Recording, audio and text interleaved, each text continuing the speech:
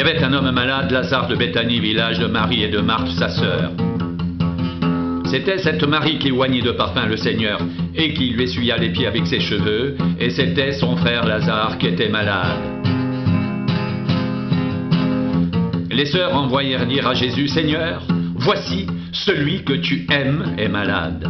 Après avoir entendu cela, Jésus dit: cette maladie n'est point à la mort, mais elle est pour la gloire de Dieu, afin que le Fils de Dieu soit glorifié par elle. Or Jésus aimait Marthe et sa sœur et Lazare.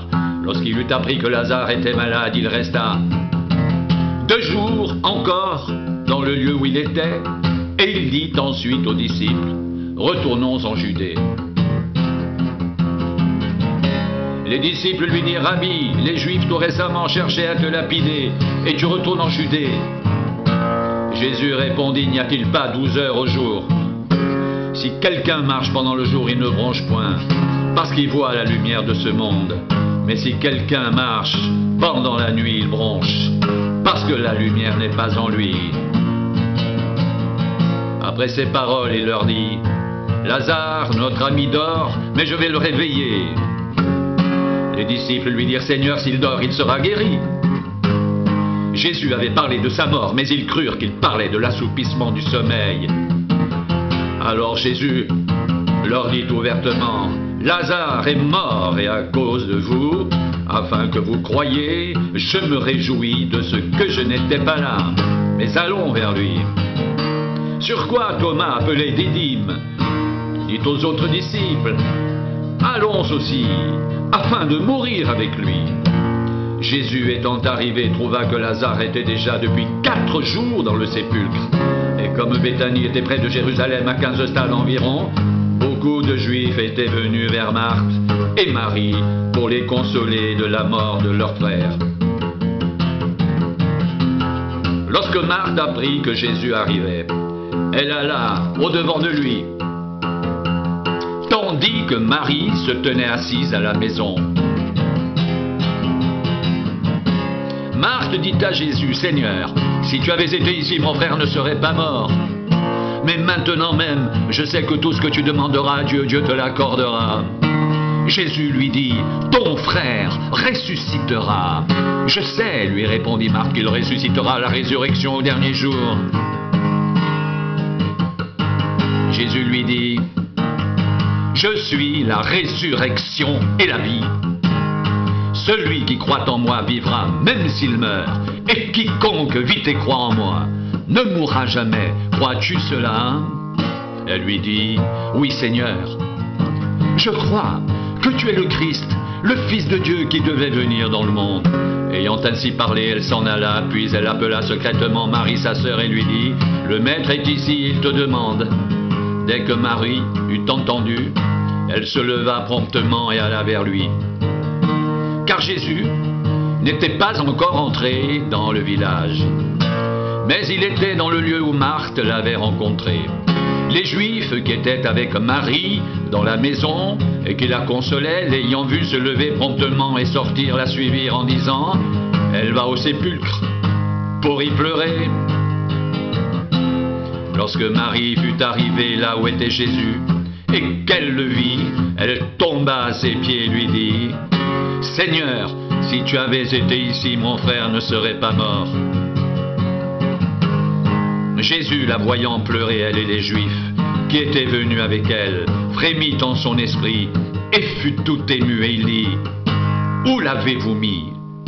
Seigneur, lui répondirent-ils, viens et vois. Jésus pleura. Sur quoi les Juifs dirent: voyez comme il l'aimait. Et quelques-uns d'entre eux dirent: lui qui a ouvert les yeux de l'aveugle, ne pouvait-il pas faire aussi que cet homme ne meure point? Jésus, frémissant de nouveau en lui-même, se rendit au sépulcre. C'était une grotte et une pierre était placée devant.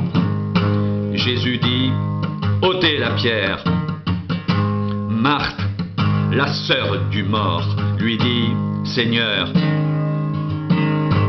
il sent déjà, car il y a 4 jours qu'il est là. Jésus lui dit: ne t'ai-je pas dit que si tu crois, tu verras la gloire de Dieu? Ils ôtèrent donc la pierre. Et Jésus leva les yeux en haut et dit, « Père, je te rends grâce de ce que tu m'as exaucé. Pour moi, je savais que tu m'exauces toujours, mais j'ai parlé à cause de la foule qui m'entoure, afin qu'ils croient que c'est toi qui m'as envoyé. » Ayant dit cela, il cria d'une voix forte, « Lazare, sort !» Et le mort sortit, les pieds et les mains liés de bandes, et le visage enveloppé d'un linge. Jésus leur dit, « Déliez-le et laissez-le aller. »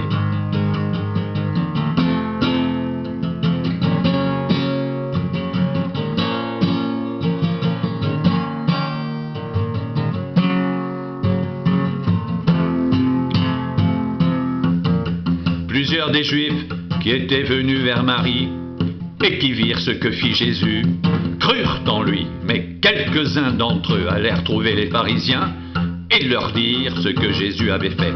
Alors les principaux sacrificateurs et les pharisiens assemblèrent le Sanhédrin et dirent, « Que ferons-nous? Car cet homme fait beaucoup de miracles. Si nous le laissons faire, tous croiront en lui et les Romains viendront détruire et notre ville et notre nation. » L'un d'eux, Caïphe, qui était souverain sacrificateur cette année-là, leur dit, « Vous n'y comprenez rien, vous ne réfléchissez pas qu'il est dans votre intérêt qu'un seul homme meure pour le peuple et que la nation entière ne périsse pas.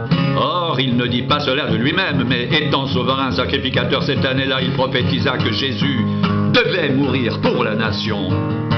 Et ce n'était pas pour la nation seulement. C'était aussi afin de réunir en un seul corps les enfants de Dieu dispersés. Dès ce jour, ils résolurent de le faire mourir. C'est pourquoi Jésus ne se montra plus ouvertement parmi les Juifs.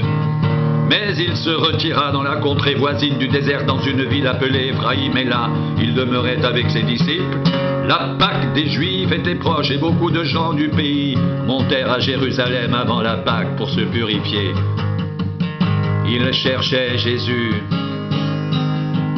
et ils se disaient les uns aux autres dans le temple, « Que vous ensemble, ne viendra-t-il pas à la fête ?» Or, les principaux sacrificateurs et les pharisiens avaient donné l'ordre que si quelqu'un savait où il était, il le déclare, afin qu'on se saisisse de lui.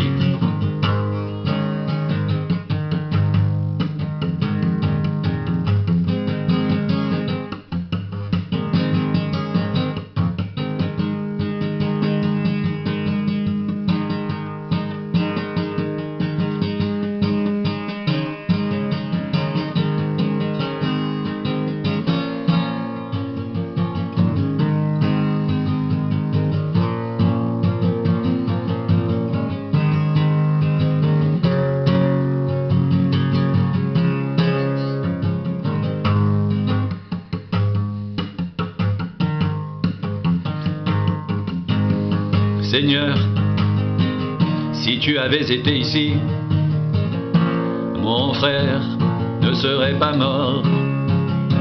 Mais maintenant même, je sais que tout ce que tu demanderas à Dieu, Dieu te l'accordera. Jésus lui dit, ton frère ressuscitera. Je sais, lui répondit Marc, qu'il ressuscitera à la résurrection au dernier jour. Jésus lui dit, je suis la résurrection et la vie. Celui qui croit en moi vivra même s'il meurt, et quiconque vit et croit en moi ne mourra jamais. Crois-tu cela? Elle lui dit, oui Seigneur. Je crois que tu es le Christ, le Fils de Dieu qui devait venir dans le monde.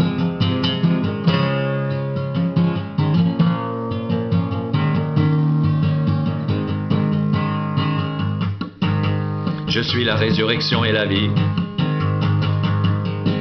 Je suis la résurrection et la vie.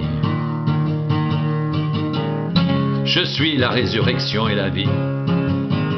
Celui qui croit en moi vivra même s'il meurt. et quiconque vit et croit en moi ne mourra jamais. Celui qui croit en moi vivra même s'il meurt, et quiconque vit et croit en moi ne mourra jamais. Crois-tu cela? Crois-tu cela? Crois-tu cela?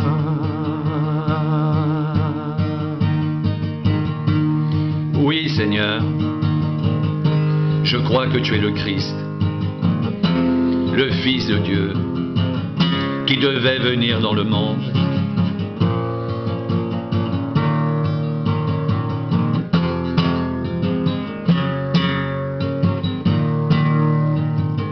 Oui, Seigneur, je crois que tu es le Christ, le Fils de Dieu qui devait venir dans le monde.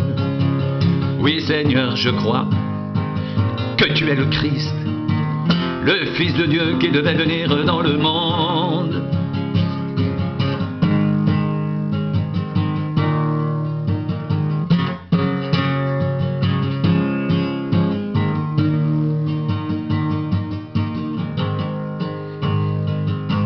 Jésus lui dit, je suis la résurrection et la vie.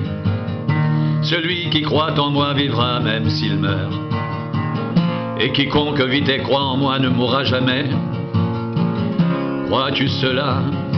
Oui, Seigneur, je crois que tu es le Christ, le Fils de Dieu, qui devait venir dans le monde, qui devait venir dans le monde. Je crois que tu es le Christ, le Fils de Dieu, qui devait venir dans le monde.